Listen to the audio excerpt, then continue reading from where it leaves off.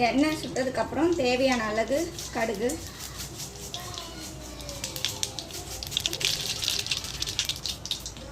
கடுகு பொரிஞ்சத பிறகு வெங்காயம் தேவையான அளவு,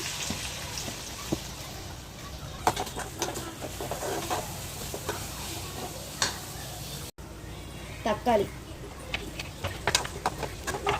தேவையான அளவு கல்லுப்பு, வீட்டில் பண்ண கரம் மசாலா,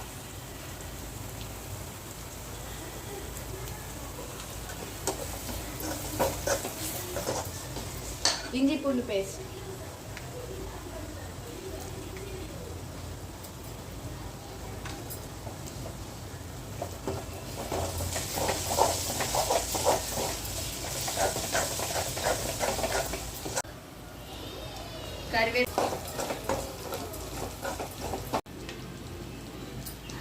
கல்லீரல் நல்லா வாஷ் பண்ணி எடுத்தாச்சு.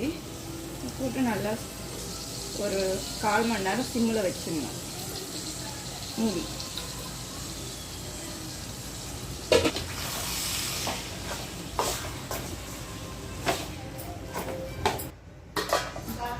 நல்லா மிக்ஸ் பண்ணிவிட்டு மூடி சிம்மில் ஒரு 1/4 மணி நேரம் வச்சோம். இப்போ வந்து நல்லா கிரேவி வந்துடுச்சு. இன்னும் கொஞ்சம் நேரம் சிம்மிலேயே வச்சு வேக வைக்கணும்.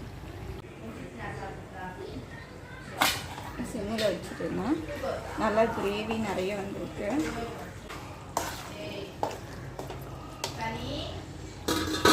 எவ்வளோ வந்திருக்குன்னு செக் பண்ணிவிட்டு மிளகாத்தூள் போட்டுக்கலாம். நல்லா வெந்திருக்கு. இது வந்து குழம்பு மிளகாய் தூள்.